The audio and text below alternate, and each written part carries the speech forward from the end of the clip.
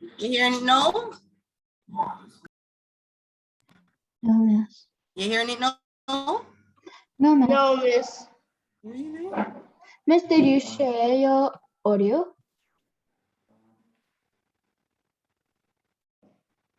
On the top of your screen, you're supposed to see like the mic, the video, the chat, and I think you'll see like 3 buttons. You hit that and you should see share computer audio. Didn't you Click hear it. Ida? Miss, what did you say? Did you hear the first video? No, miss. Was delighted.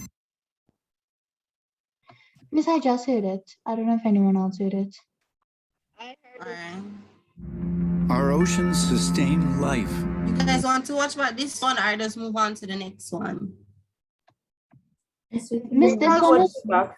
this was looking interesting. So this one and that one. An abundant ocean can feed 1 billion people a healthy meal every day forever. But now they are being killed by throwaway plastics. The equivalent of 1 garbage truck of plastic is dumped in the sea every minute. 17.6 billion pounds every year. Plastic is everywhere in our ocean, floating on the surface, mixing in the salt water, and sitting on the ocean bottom, miles and miles deep. And once in the ocean, it never goes away. Over hundreds of years, it breaks down into small pieces. But those pieces, even the tiny ones called microplastics, are still plastic. Sea turtles are choking on it.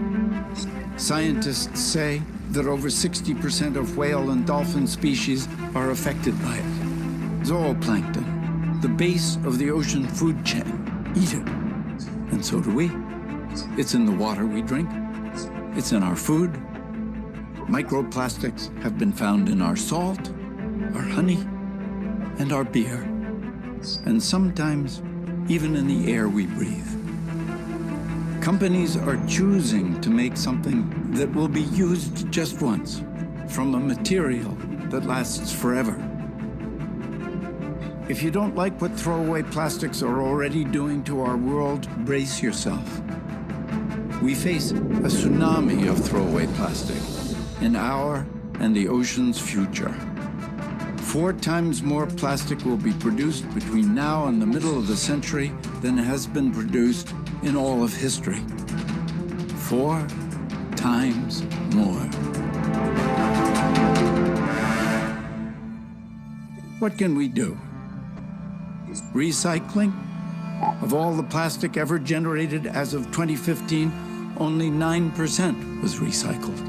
Even when it is recycled, plastic degrades. Your plastic soda bottle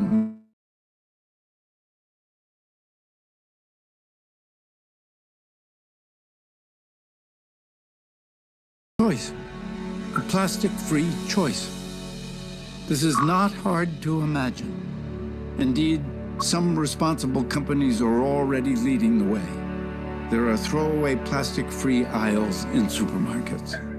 Beverage companies already offer plastic-free soda and salsa water. Restaurants offer plastic-free service. There are plastic-free rooms in hotels.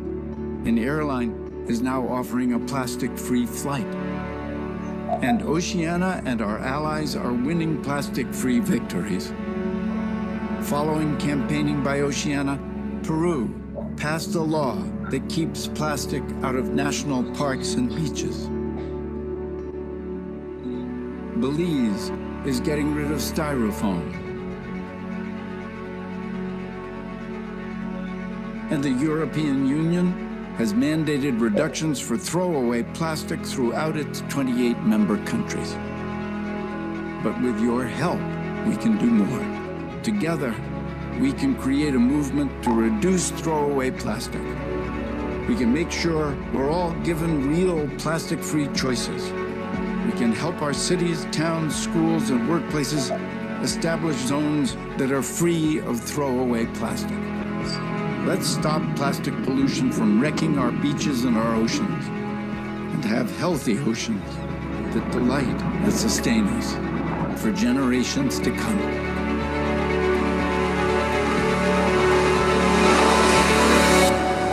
Please join our campaign. Go to oceana.org/plastics today. All right, guys. So based on the time, I'm going to have. When I'm finished, I'll come back to the video if we have time. All right.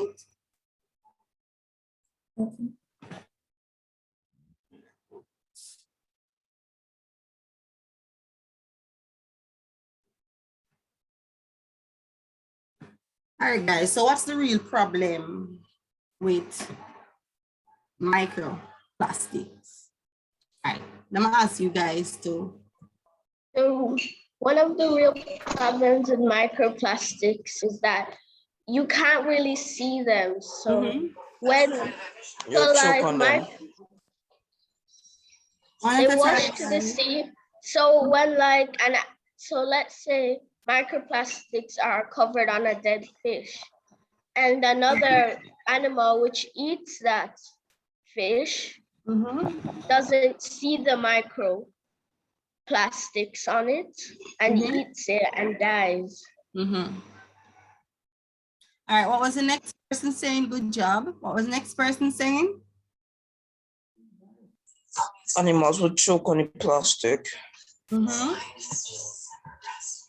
and die. Yeah. All right, so basically, we use plastics in our everyday life to make life easier. But if it is not recycled, they break down and they cause serious issues to animals. So microplastics are released from items every day, and it is not just from plastic bottles. I know that we often tend to think that microplastics from the ocean normally comes from plastic bottles mainly. However, it leads to starvation and it leads to the death of the animal eventually. So there are chemicals that are found in microplastics. So it not just kill an organism because of starvation, but there are also toxins found in the microplastics that are an issue, or that is an issue to humans. So as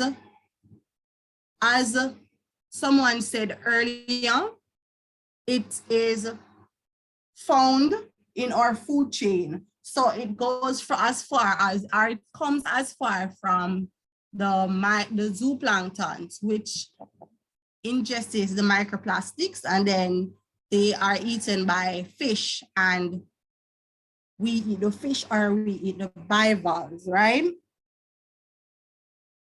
Oops.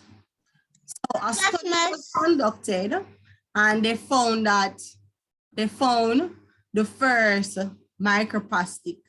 They concluded that that microplastic have been found in humans for the first time. So the effect that it has when ingested is that it damages our organs. So the chemicals are leached from the microplastics and then compromise our immune system. So it leaves us bare to infection and not being able to withstand the minor infections. So anything, so once you have a compromised immune system, you have a problem because you get sick more often, you take a longer time to recover. So Auntie. Repeat. Was that a question? Repeat. Auntie. What are you saying there?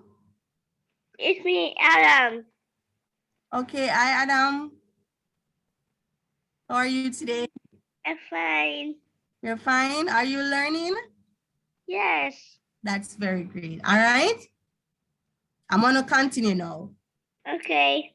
Yeah, so microplastic hinder growth and reproduction. It can prevent or hinder growth and reproduction in human. All right, so this is an example of how microplastics reach to our plates. So for persons who eat bivalves, and well, bivalves, so like oyster, mollusk, other bivalve species. So the water goes into, so the bivalve inhales, and the microplastic particles as well as nutrients goes into the organism. Some of it is expelled or are expelled. However, a small amount remains. Depending on the area, how polluted it is with microplastic, you can have a lot being maintained or being stored in the animal, or you have a small amount. And then these bivalves are harvested. They are clean and washed, but not all of the microplastics are extracted from the organism. And then they are cooked and then we eat them, people eat them.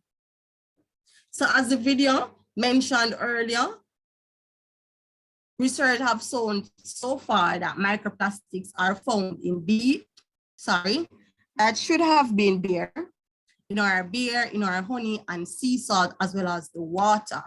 So there are different explanations as to why these food contains microplastics. So some persons are saying that, okay, it's because of atmospheric emissions. As the example earlier, it's because of the food we eat or the food that we harvest from the sea. It is found or introduced by other processing materials, and the contaminants are present. So basically microplastics are in the packaging items. So let's use honey. So for example, the microplastics are in the bottle that the honey is stored in.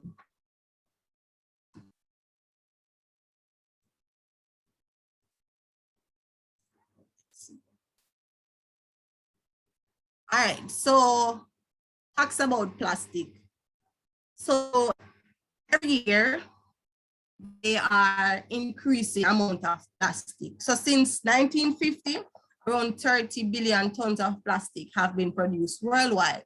And to be honest, the way that we are going, or some countries are going now, we will, as the video explained, we'll have 4 times more amount of plastic, and that will definitely become a problem, because the more plastic we have that are not actually recycled, the possibility is that it will end up in our oceans, or not just in our oceans, in the air that we breathe, and then more people would actually be exposed to microplastics. And as I explained earlier, the toxins and the effects that they have on the human population.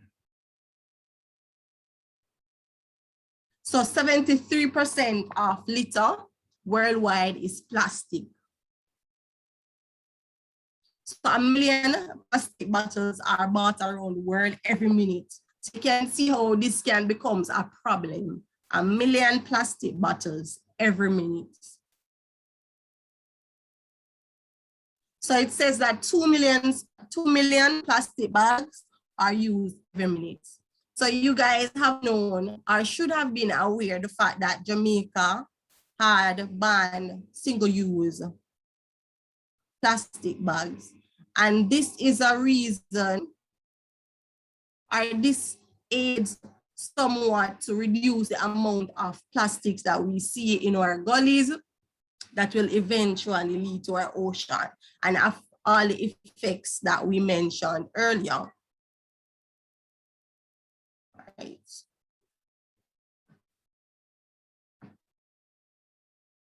All right, so remember yesterday I spoke about pollution or plastics or marine debris being transported from land into the oceans.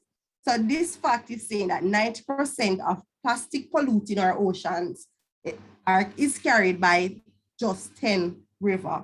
So around the world, most of the pollution comes from Thames River. So basically, the pollution or the plastics or whatever pollution or marine litter it is that is on land, it is washed into rivers when we have rains or via the wind, right? And then these are carried into the sea. So plastics is killing more than 1.1 million seabirds and animals every year. The average person eat 70,000 microplastic each year. Guys, this is a lot.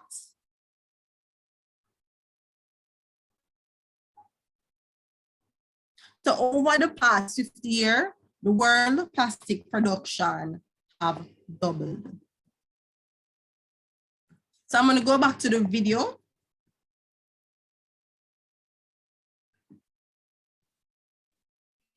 When the gods granted King Midas one wish, he wished that everything he touched would turn to gold. Midas was delighted. Trees, rocks, buildings, all gold.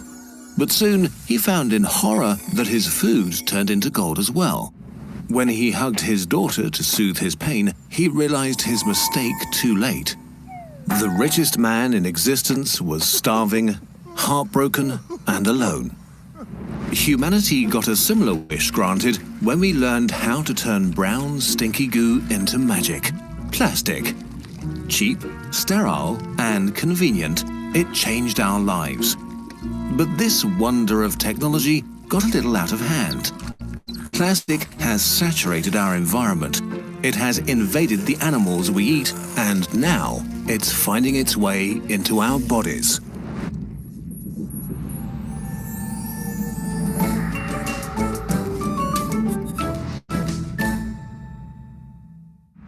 What is plastic?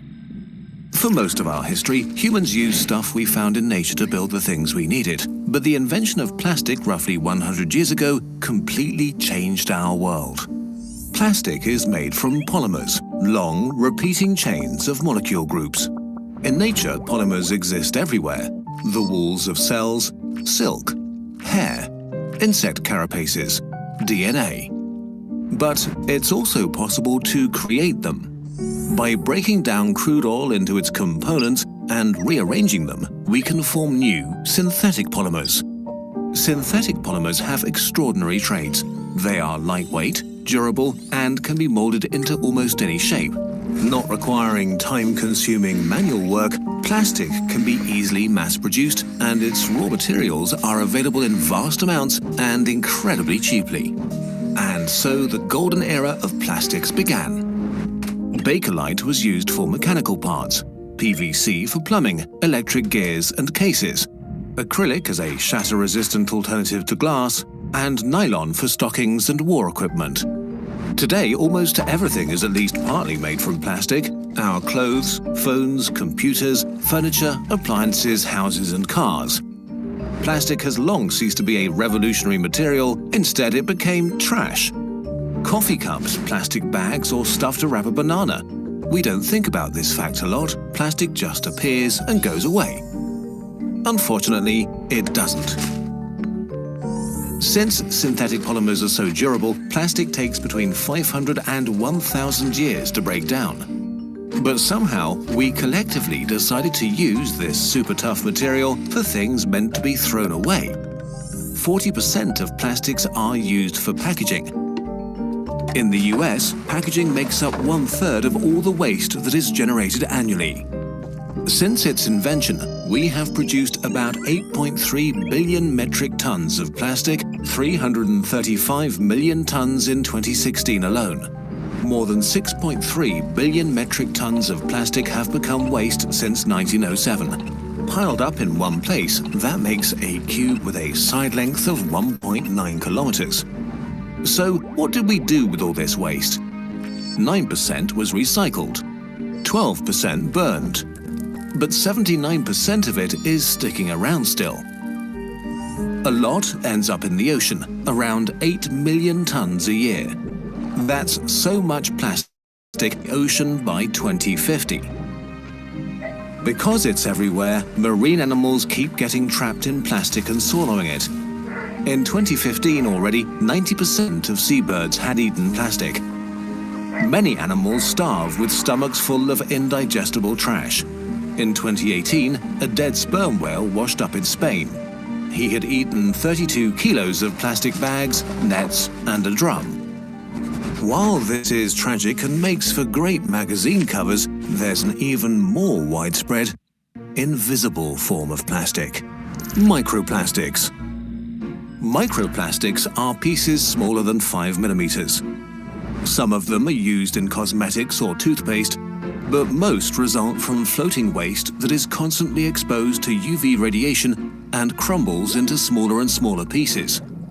51 trillion such particles float in the ocean, where they are even more easily swallowed by all kinds of marine life. This has raised concerns among scientists, especially about health risks from the chemicals that are added to plastic.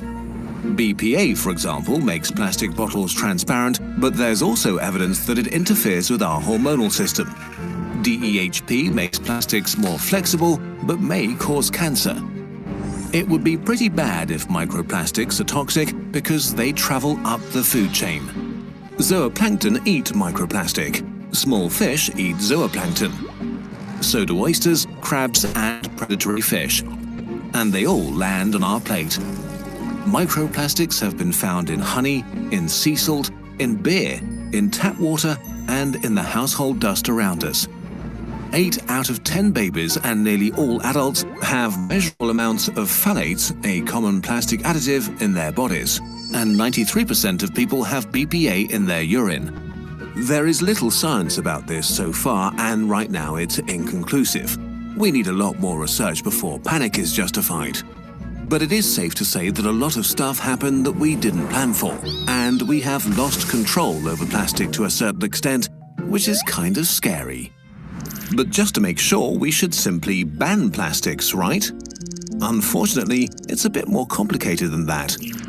Plastic pollution is not the only environmental challenge we face. Some of the substitutes we'd use for plastic have a higher environmental impact in other ways. For example, according to a recent study by the Danish government, making a single-use plastic bag requires so little energy and produces far lower carbon dioxide emissions compared to a reusable cotton bag that you need to use your cotton bag 7,100 times before it would have a lower impact on the environment than the plastic bag. We're left with a complex process of trade-offs. Everything has an impact somehow, and it's hard to find the right balance between them. Plastic also helps solve problems that we don't have very good answers for at the moment. Globally, 1/3 of all food that's produced is never eaten and ends up rotting away on landfills where it produces methane. And the best way of preventing food from spoiling and avoiding unnecessary waste is still plastic packaging. It's also important to note where the vast majority of the world's plastic pollution is coming from right now. 90% of all plastic waste entering the ocean through rivers comes from just 10 rivers in Asia and Africa. The Yangtze in China alone flushes 1.5 million tons of plastic into the ocean each year. Countries like China, India, Algeria, or Indonesia industrialized at an impressive pace in the last few decades, transforming the lives of billions of people. This development was so fast that the garbage disposal infrastructure couldn't keep up with collecting and recycling all the new waste this brought. If politicians in Europe and the US want to address this issue, investing in infrastructure in developing countries is just as important as fighting plastic pollution at home, with campaigns and redesigning products to minimize unnecessary plastic production. The bottom line is, as long as we don't address plastic pollution from a global perspective, we will not solve it. Plastic pollution is a complicated problem. We found a magic material and we had a really good time with it. But we need to be careful, or just like Midas, we'll end up in a world that we didn't wish for. Your individual daily actions still have a huge impact. What you do matters. Refuse disposable plastics. Convince your friends and family to do the same. Pressure companies and politicians to take the necessary steps to keep our oceans clean and our food safe. Together, we can beat plastic pollution. This video was a collaboration with UN Environment and their Clean Seas campaign. If you want to take action to turn the tide on plastics, go to cleanseas.org and make your pledge.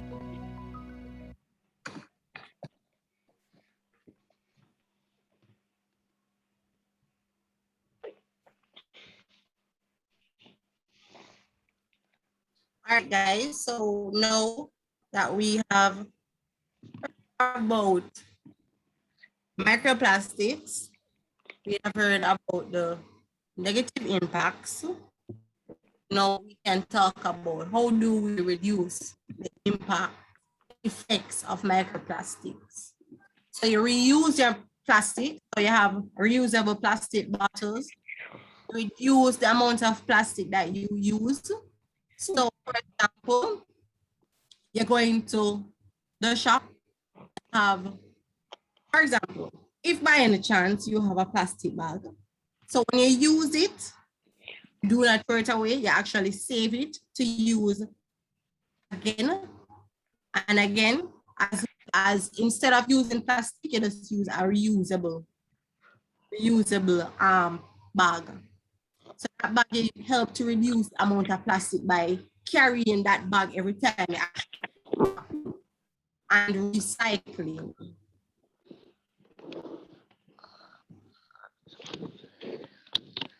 Oh, this is Our oceans sustain life. An abundant ocean.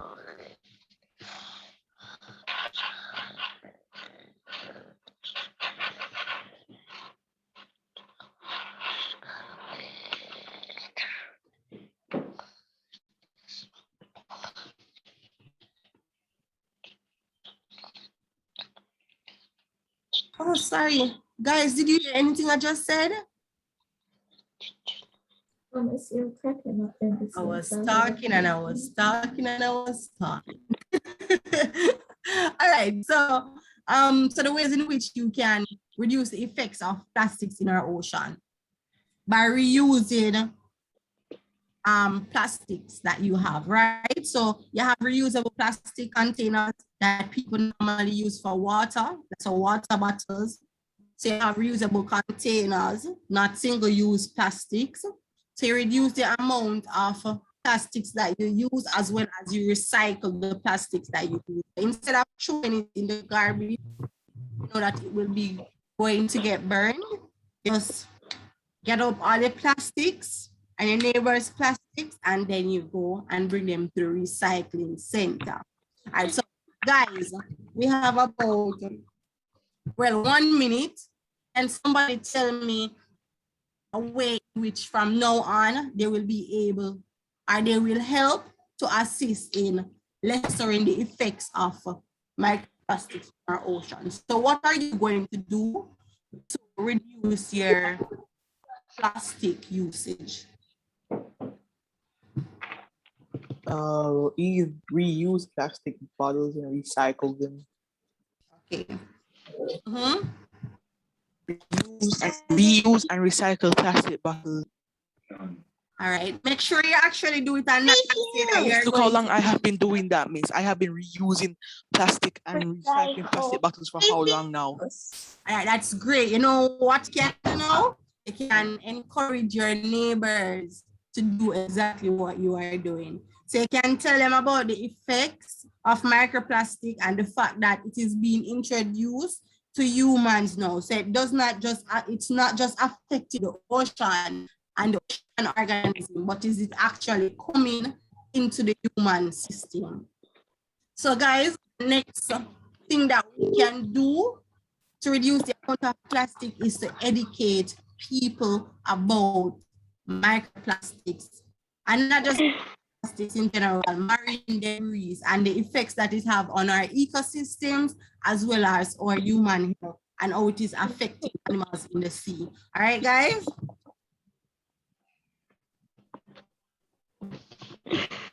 Yes. All right, so guys, my session is now completed. So guys, have a productive day and always remember to reuse, recycle, and reduce your plastic intake. And remember to encourage. All right, guys? Yes. Yes, miss? There are 7 hours now. There are 7 hours? Yes. Okay, sweetheart. Do you mind? Do you want to share them with us? Oh, time is gone. Refuse, Mm-hmm. repurpose, Mm-hmm. and rethink. Okay. We have one more? No, miss. Okay.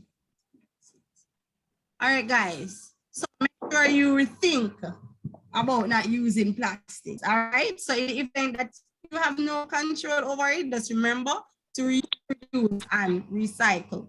So guys, have a wonderful day and a productive. Bye. Guys, do not leave. Remember you have another session.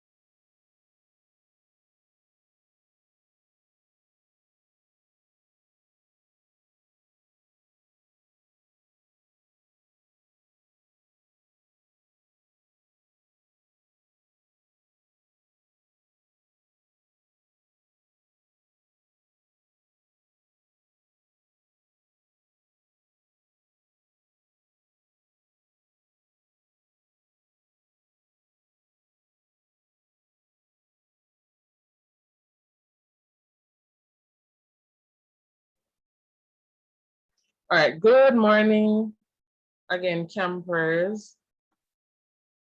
I trust that you learned, and I know you learned a lot in Miss Brown's session regarding marine life and plastics. And I trust that, and I really hope that you will employ what you have learned in her class along with your other additional classes, such as exploring natural ecosystems into this session, which is climate change campaign design.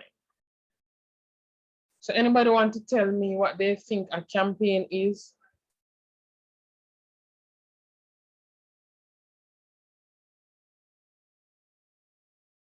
Um, I think a campaign is like like a protest that states what you think is the right thing or what you want to do.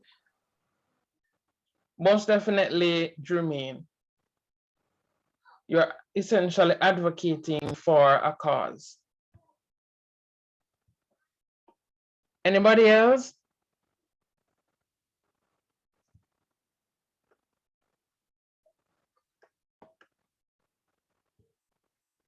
Guys, what do you think a campaign is?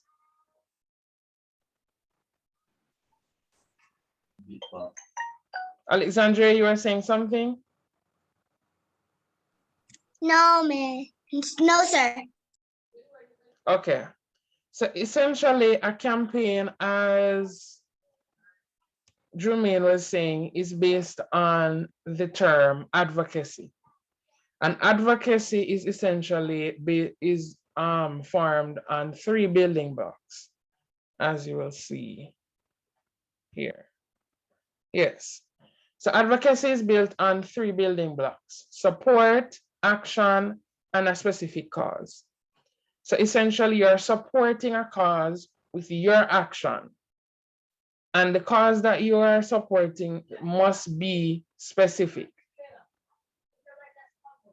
There are 3 different types of advocacy. You have self-advocacy, individual advocacy, and systems advocacy. Self-advocacy is where you are advocating for something on your behalf. Similarly, an individual advocacy is where you are bringing light to an issue that is affecting you and maybe 1 or 2 persons. And systems advocacy is where you are bringing light to the issues within a particular social institution. Guys, 1 second, give me 1 second.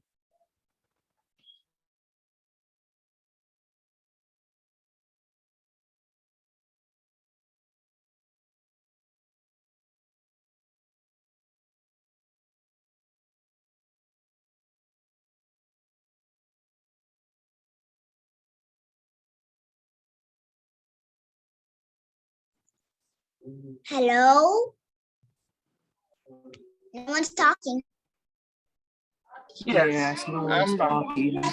Yeah, so sorry about that. So as I was saying, there are different forms of advocacy. About all forms are equal, but each represent a different approach in which we would initiate changes within society. For example, if I was having an issue at the bank, in terms of advocating for the issue that I'm having in terms of poor customer service, I would go to the bank manager or the bank manager and speak to the bank manager about the issue. That would be my approach in terms of what I would say to the bank manager would be completely different if I was advocating for gender equality. That would be completely different.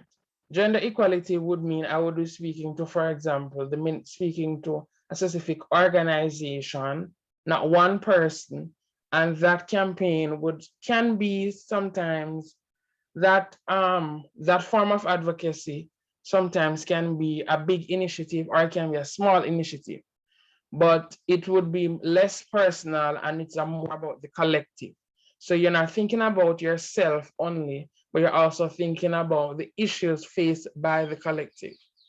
For example, with the banking issue, I will be speaking about my experiences, whilst with the systems advocacy, where I'm advocating for gender equality, which is essentially all genders receiving the same treatment, same benefits, same treatment, I would be considering the issues faced by both male and female. So advocacy, as you can see, is built on a set of principles. So clarity, as a clarity of purpose, meaning if I am speaking about the banking issue, when I'm going to the bank manager, I need to state what I am complaining about and be specific. Also, in terms of being specific, I need to give factual information. So for example, if there is funds missing out of my account that cannot be accounted for, I need to state how much is missing from my account, when was the last time I checked my account, when was the last time I spent any money from my account. Similarly, if I was advocating for gender equality, I need to be more specific in terms of gender equality. Equality goal can be used in different areas, meaning I could speak gender equality in terms of salary, gender equality in terms of work benefits, which is separate from salary. For example, number of paid leaves, or number of vacation, number of holidays, number of days you get off, insurance policies, etc. So you have to be specific and oops, not recording.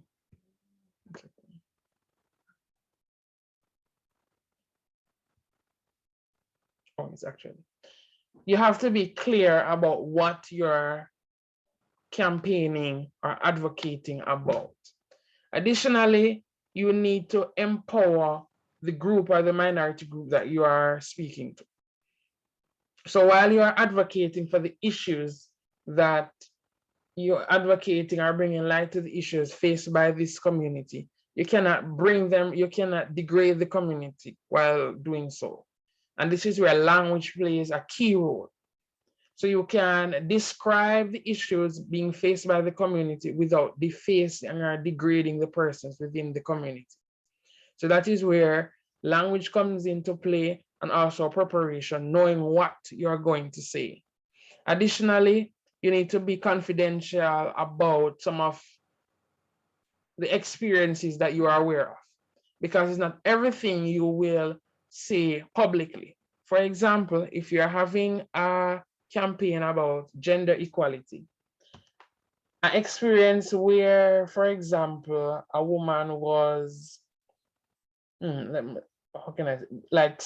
sexually assaulted, the details of that, even the details around that circumstance, is sometimes not appropriate for a public forum. So that is where strategic thinking comes into play. You advocate the issue first, you get the attention of your audience, which I will speak to later. And once you have acquired your audience, you can, schedule a meeting, and therefore you can, dance around the issue, or, state what happened and some of the issues involved, issues surrounding your cause. And if it is appropriate, you can include the circumstance with the permission of the victim. So you have to consider clarity, empowering your community, and also being confidential when it comes to certain issues.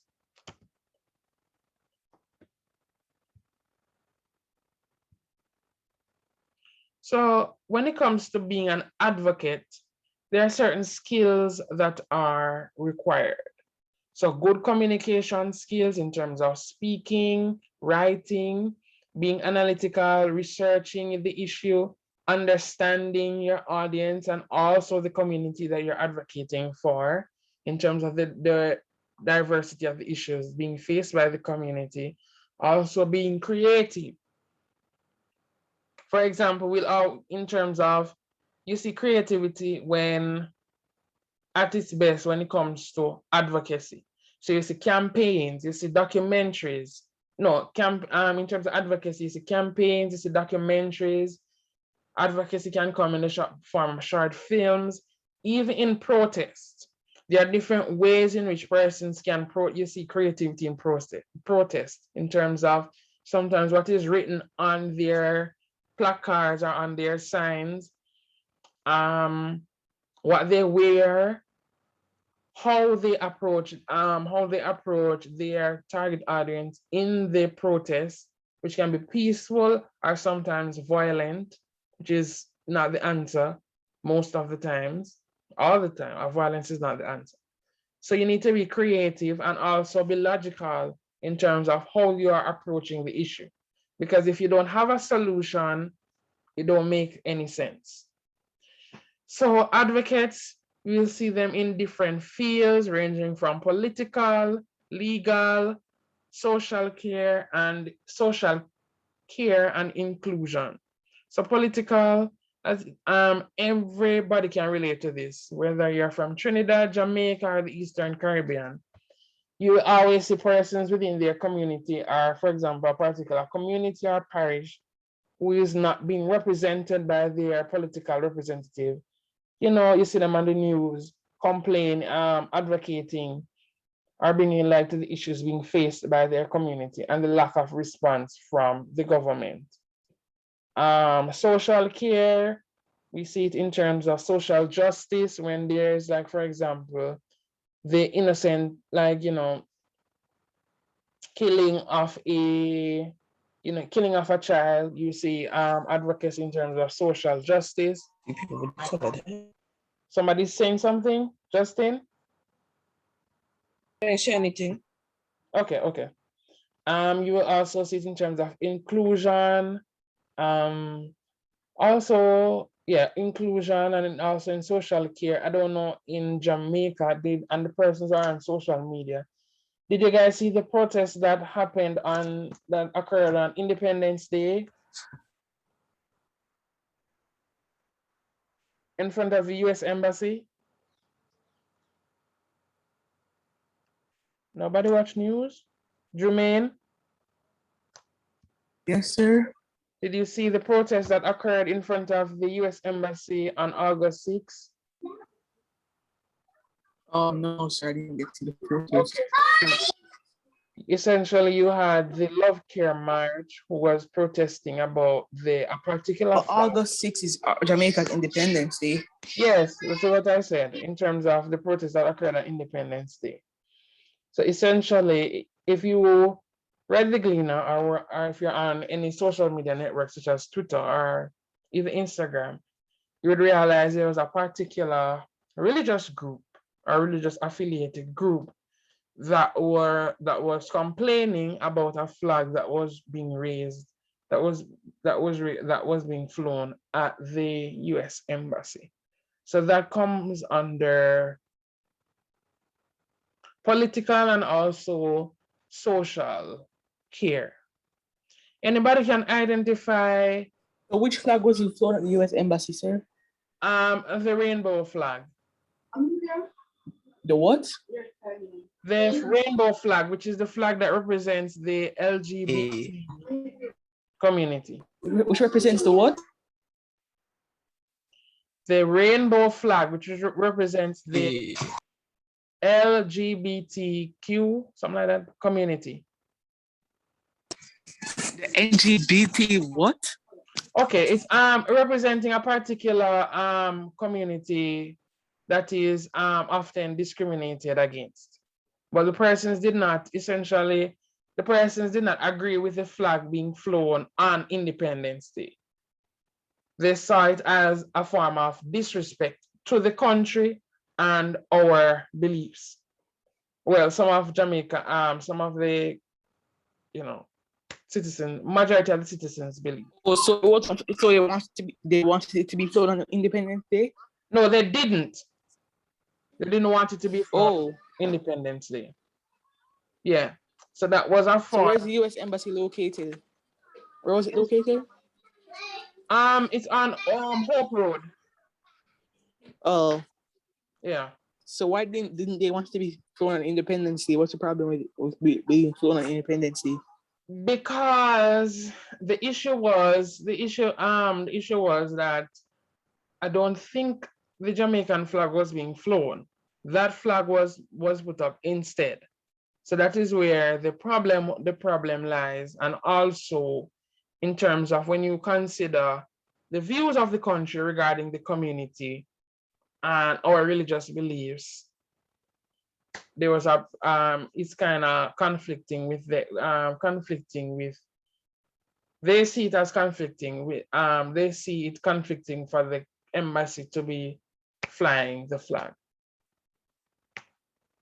So that is one. Okay, sir. Yeah.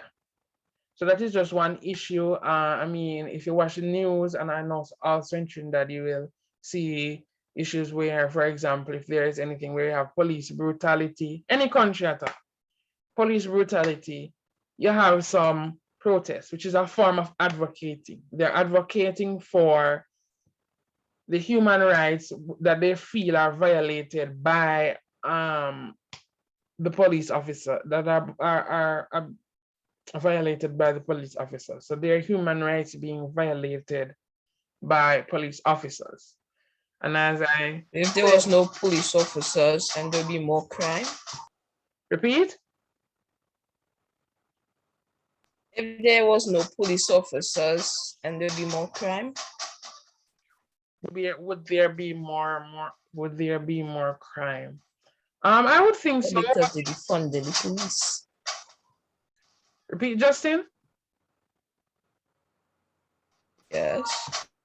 You were saying something about funding the police? Oh, I see. Some country defunding the police. Oh, yeah, you see that particular narrative in the United States, which is also yeah, which is also a form of, is another form of advocating for the human rights and human rights of African Americans and equal justice. So in terms of that medium, in terms of defunding the police, you see that in terms of protests, social media campaign by some political representatives and some organizations, as also you see the issue being advocated by some media personalities as well, and athletes as well. So different persons are advocating for the same issue, but they're using different mediums. So that I think that particular issue in terms of defunding the police, I think there's like at least 3 or 4 mediums being used for that campaign compared to regular campaigns such as in police brutality, or the issue that I explained to Drew Main that occurred on Independence Day in Jamaica, where one medium was used. So anybody, I can identify the advocates on the screen.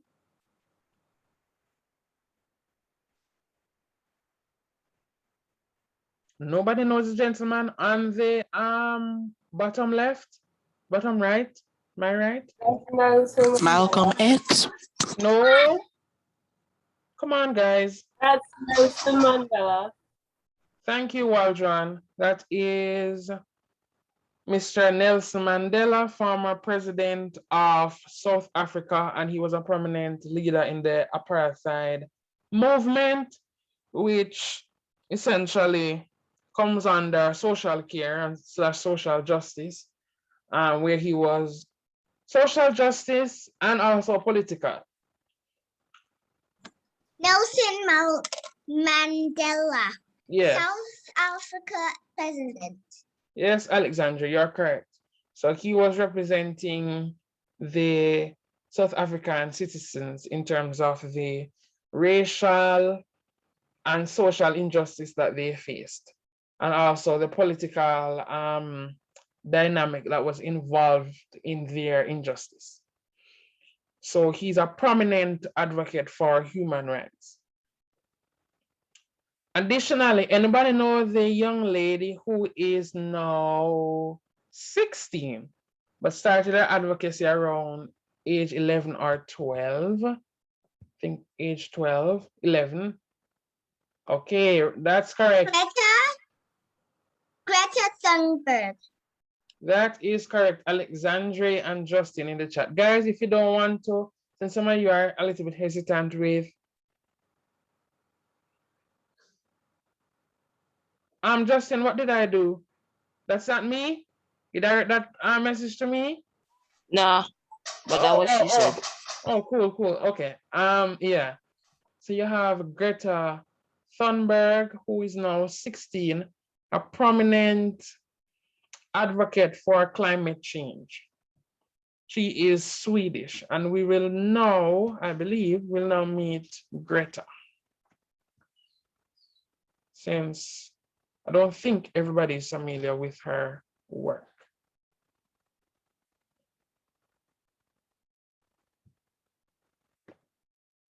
Ladies and gentlemen, I present to you Greta Thunberg. Please watch the video keenly and listen keenly. You are too scared of being unpopular. But I don't care about being popular. I care about climate justice and a living planet. You are not mature enough to tell it like it is. Even that burden you leave to us children.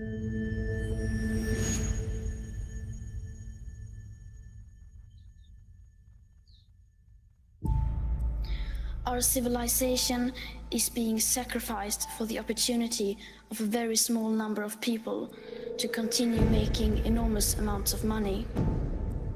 Our biosphere is being sacrificed so that rich people in countries like mine can live in luxury.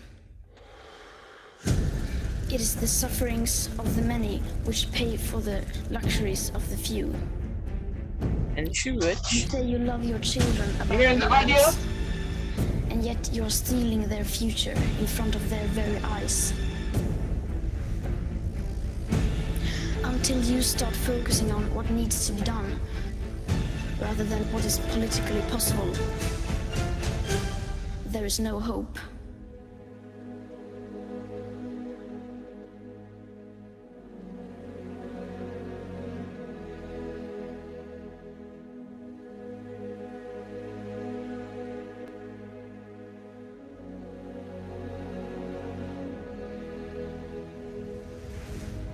The year 2078, I will celebrate my 75th birthday.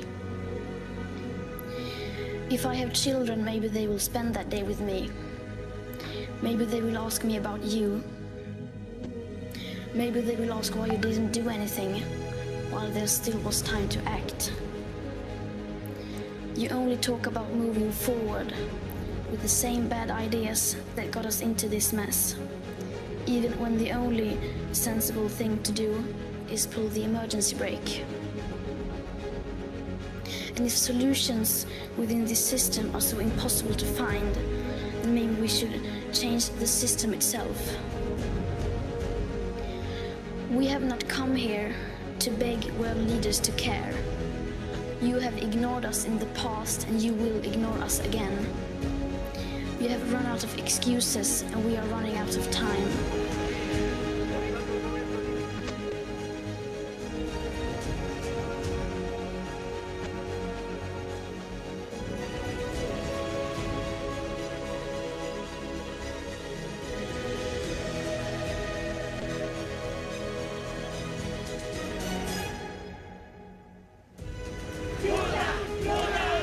That you are never too small to make a difference. Then imagine what we could all do together if we really wanted to.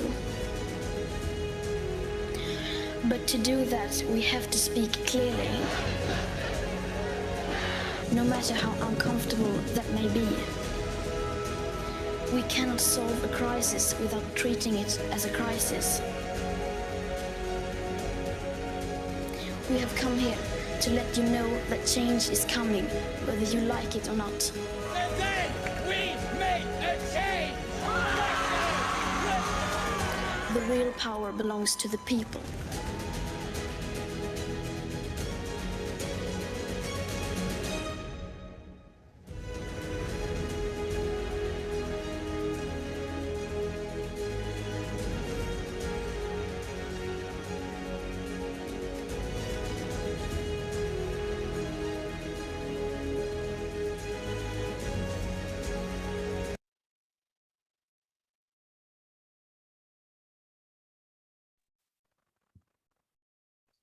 So as you can see, Greta has really sparked some change and also controversy in terms of her work, in terms of the climate change movement.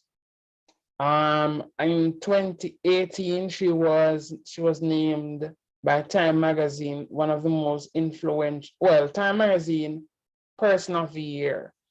So she is recognized globally for her work in terms of climate change.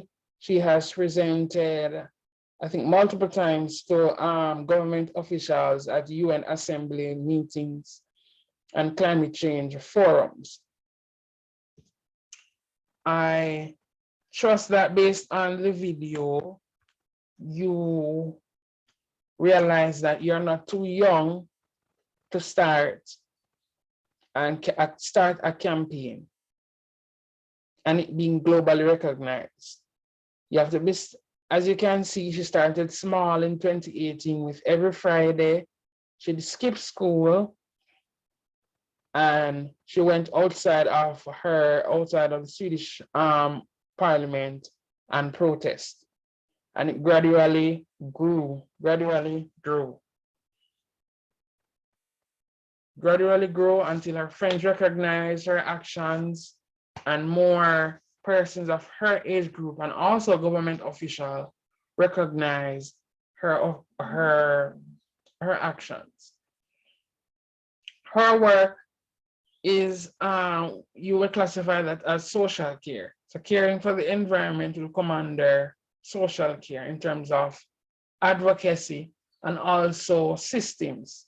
System is a form of systems advocacy because she's advocating against government officials as well as other businesses and corporations who are involved in environmental degradation.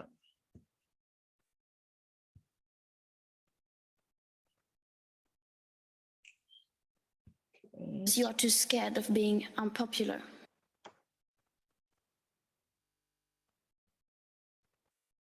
So, as you can see, her protest, her form of, okay, question, what forms of or mediums of advocacy did you see in the video?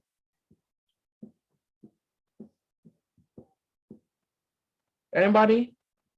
So based on the video that you just watched, what forms of advocacy did you see? Or mediums of advocacy. So what mediums did Greta use to advocate her campaign, her issue with climate change? Alexandre?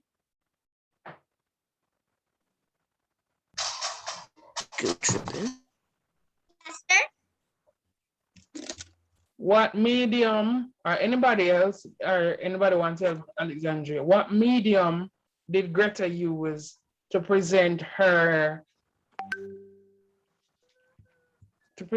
work in terms of climate change or advocating for the environment? Justin? I know. As you can, guys, remember at the beginning of the video, she was protesting. So she was crying. Repeat? She was crying. Yes, and also she was protesting in front of the British Parliament, outside of the Swedish Parliament, sorry. And also she took her work to the UN officials in form of a speech. So as I said, advocacy can come in a wide array of formats. So a campaign is one such format. And as Bob Mueller says, that it's not about being righteous, it's about being righteous and smart. Greta met that sweet spot of being righteous and being smart in terms of leaving school and going in front of the Swedish Parliament to protest. Smart in terms of going to the exact location of her target audience, and righteous in terms of protecting and being a steward of the environment, and also getting her friends involved in the campaign, and also making a lot of money. Repeat, Justin? She making a lot of money.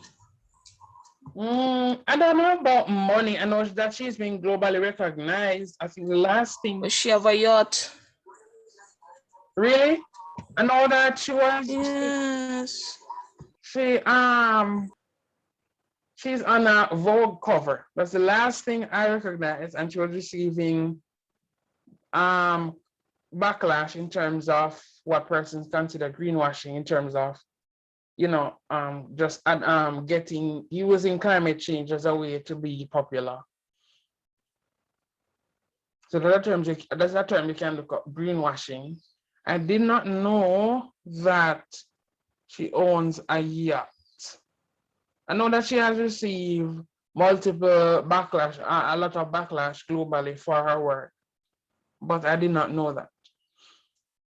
But in terms of being smart, she is smart in terms of how she has really propelled the movement for the movement in terms of climate change protests in Europe. I mean, you have hundreds of teenagers and persons in their 20s, and also older persons too, because a lot of prominent journalists, even David, a lot of journalists, I think Sir David Attenborough from BBC, she met him as well. So she has been being really smart in terms of the mediums she chooses to use for her climate change work and her target audience. Because she has, if you realize, she has a primary and a secondary, which I will come to. Primary being government officials and secondary being persons of her age group. So when it comes to campaigns, you need to have two core things: campaign goals, and also an issue focus. So what will your advocacy focus on? You must have an issue and you must have a reason behind the cause. So Greta's work is, the reason behind her cause is environmental degradation and the rate at which the environment is being degraded, and thinking about how she will, she and the children that she desires to have, how they will survive 50 years from now. So you have to have a reason behind the cause, and also you need to integrate facts and science, but also facts, but more importantly, facts behind your campaign. It cannot be based on some theory that you have created with no logic behind it. It must be fact-based. And also you must consider your campaign goals. What do you want to achieve?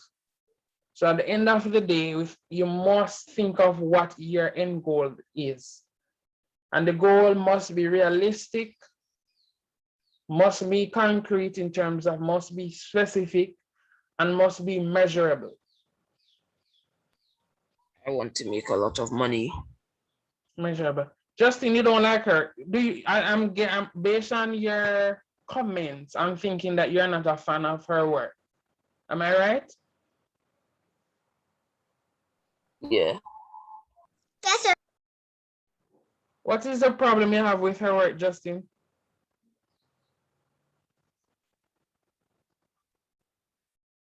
This is a conversation. I'm not saying you're wrong. I'm just saying, what's the, because having different perspectives is good. What's the problem you have with her work? Or her approach, probably. Never mind.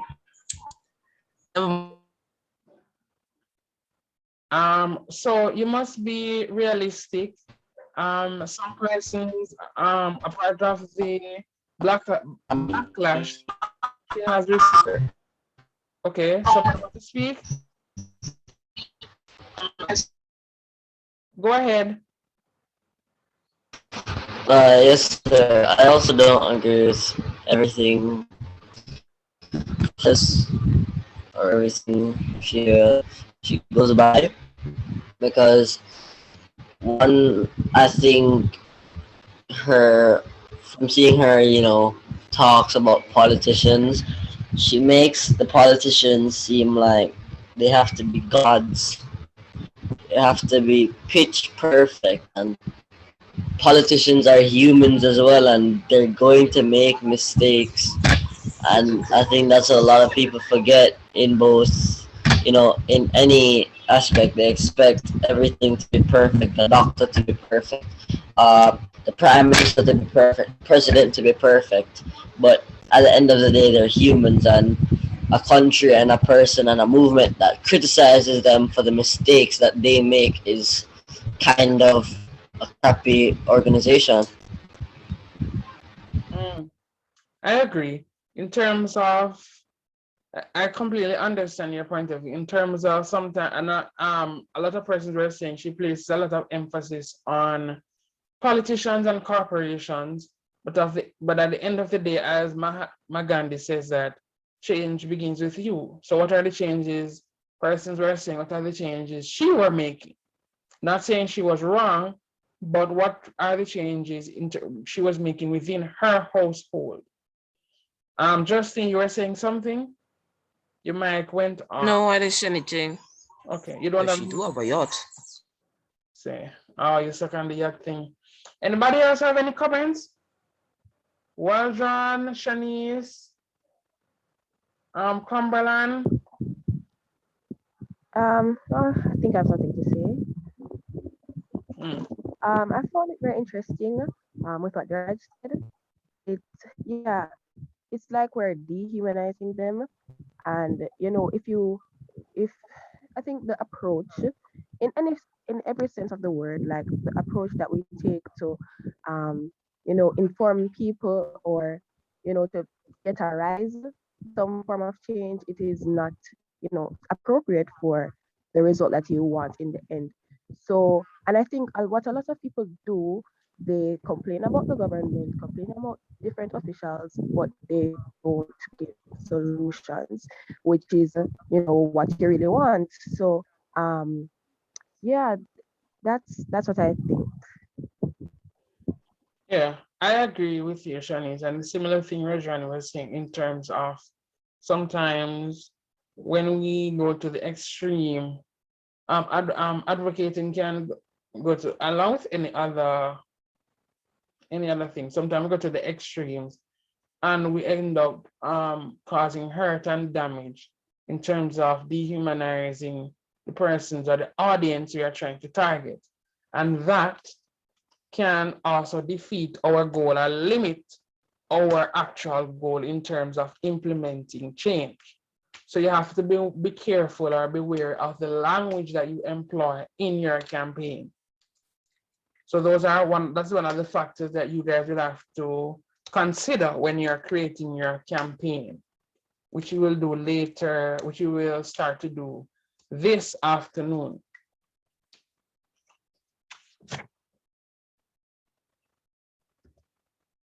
All right, I want you to watch Apple's recent climate change video, just a minute long, so pay attention, please.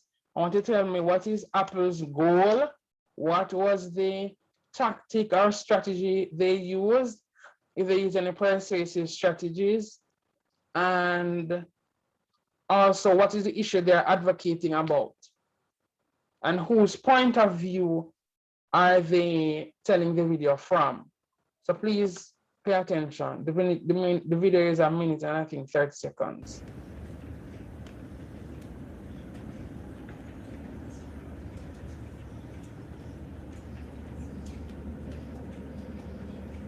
Hello, Eden. What a beautiful name. It means magic. You don't know us. What's this? You won't understand what we're about to say, but one day, Eden, you will. Because we want to make you a promise. We want to be held to it. And every year for years to come, we'll remain committed to it. A promise between you and us and the planet. We promise that everything we make, the way we make it, and even how you use it, will be carbon neutral by your 10th birthday. That might not sound like much to you, Eden, but believe us, it's not a promise that's easy to keep. But it's one we intend to. Promise.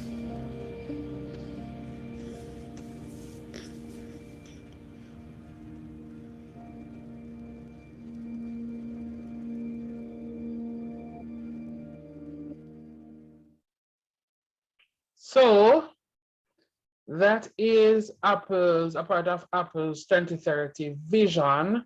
And I know everybody is familiar with Apple and their products.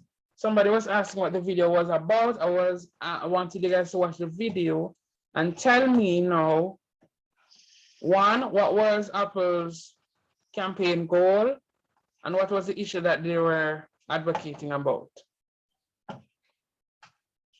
Anybody? Pollution. Most definitely. What was their end goal? Stopping pollution. Most definitely. So protecting and saving the environment. Lastly, before you go on your break, what strategy or technique, persuasive strategy did you think they employed in their video? They use a lot of plastic. Repeat? Apple use a lot of plastic to seal up the phones. Okay, that is a point to note, but I'm talking in regards to the video. What emotional, what strategy or technique did they use to bring, to actually make the video emotionally appealing to the viewer? So make you stop and say, hey. And sad music. Okay, beautiful. So that is that is one. So the employment of the most melancholic music. Anybody else? Baby. Baby on bed. Correct. You are absolutely correct. Anything else? I do talking to baby. Most definitely. So you guys, thank you so much. You identify all of the persuasive strategies and techniques which we'll explore later that they employed within the video. All right, you guys will now go on your break and now return at 11 a.m. where you will now have an animation session. So you will learn about animation. Thank you for teaching us, sir. No problem. Please return for your animation session at 11. Guys, remember that you have your campaign to create, so you must employ think about what you can employ from the different sessions. So you learned about animation, you learned about web page design. You'd be able to help me figure things out here. Somebody say something? Alexandra, you're saying something? Not you, sir. Okay. So you had sessions on PowerPoint, Word, web page design, a little bit of programming, and now you have animation. So think about the different animation. You will have animation not today at 11 in the next 25 minutes or thereabout. Yeah, next 25 minutes. So please think about what you will employ, what strategies, what techniques you will employ within your campaign. So you can go for your break now and return at 11. Thank you for your participation and attentiveness. See you at 11. Okay, sir. Bye. Bye. Sir. What time? Caribbean time. Oh, okay. Shanice, I'm coming to you. Alexandre, 12 p.m. your time. Okay, sir. Thank you. Yeah, so persons in Eastern Caribbean, 12 p.m. your time. Persons in Jamaica, 11 a.m. our time. Shanice, you were saying something? Yes, so I joined the meeting late this morning. So I wanted to know if I missed anything of, great importance. Meeting you came on when we had marine life and plastics? No, I missed that as well. Oh, you will get that recording. But, for this class, I came on when you had the picture with Greta and Nelson Mandela. Oh no, man, you didn't miss anything important regarding our camp, regarding you creating your, regarding the creation of the campaign. And the recordings will be up by today and tomorrow for all of the lectures for this week. Okay. And also the campaign, it will be an individual thing, or are we going to be in groups? It is a collective project. Okay. Come on. You will learn more about it this afternoon. Okay, sir, thank you. No problem.